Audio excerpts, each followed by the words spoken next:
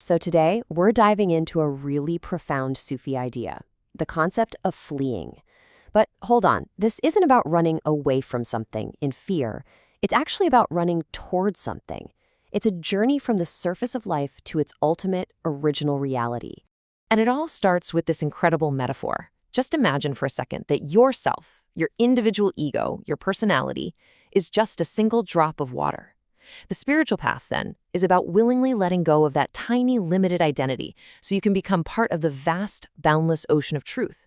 It's a huge shift in how you see yourself, right from the get-go. The special term for this journey is firar.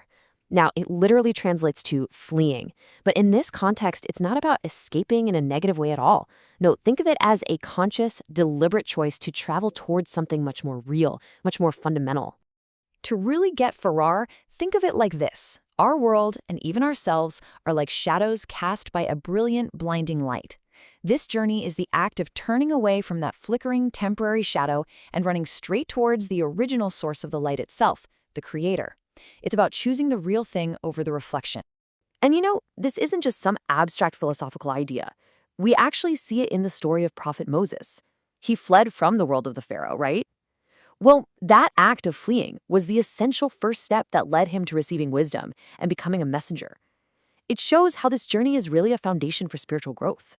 But here's the thing. This journey isn't just a simple one-time event. It's more of a progression, a path with different stages that really depend on where you are in your own spiritual awareness. So, let's explore the 3 levels of this flight. Okay, so the path starts at a place we can all understand. Ordinary people fleeing from their own mistakes and turning to God for forgiveness. But from there, it evolves. The pious, well, they take it a step further. They're not just avoiding bad deeds. They're actively trying to flee from their own lesser qualities to embody more divine ones. And then you have the most advanced seekers who take an even more incredible leap. This prayer, it perfectly captures that first level. It's a straight-up, honest plea for shelter from our own actions. It's really the starting point for anyone who recognizes, I need a higher power's mercy and guidance here. Now, at the second level, you can feel the focus shift. It's not just about the evil of what you've done anymore. It's about aligning with God's very nature, seeking refuge in divine approval from divine wrath. It's a flight towards a higher way of being. And now for the third and most profound level. Get this. The prayer is, I take refuge in you from you. I know it sounds like a total paradox, right? But here's how it's understood. It's about fleeing from the manifestations of God, his attributes, his names, his actions that we see in the world, and running toward the ultimate unknowable divine essence itself. It's a flight from the Creator's shadow to the Creator's very being. So where does all this fleeing lead? What's the final destination of this journey? Well, the path of firar leads to a state they call ittisam, a place of ultimate security, of ultimate shelter. Ittisam is the goal.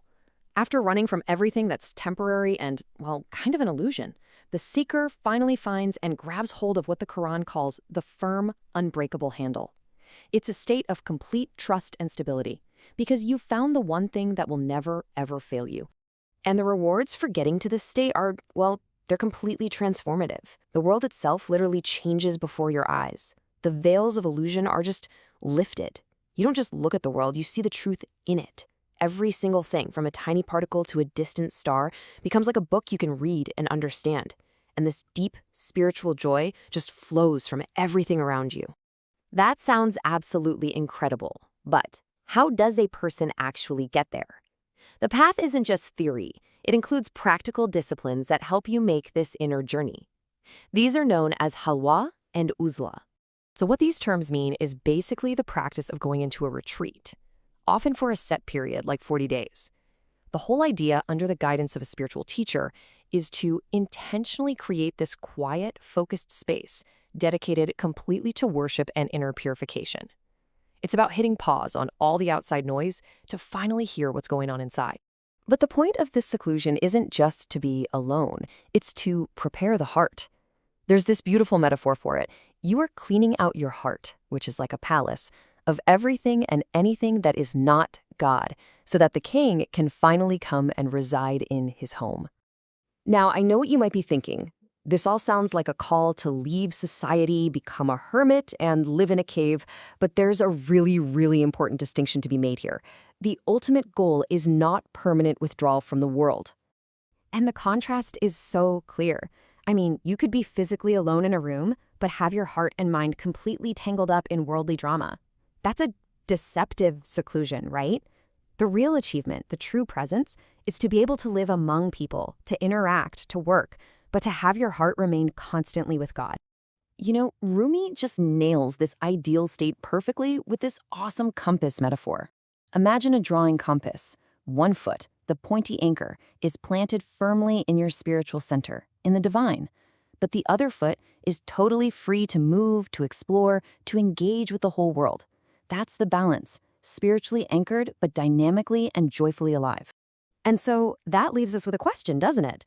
In our modern world, a world just filled with endless notifications, distractions, and all these digital shadows, what would it actually mean to go on this journey? What does it mean for us, right here, right now, to flee from the reflection and seek the original?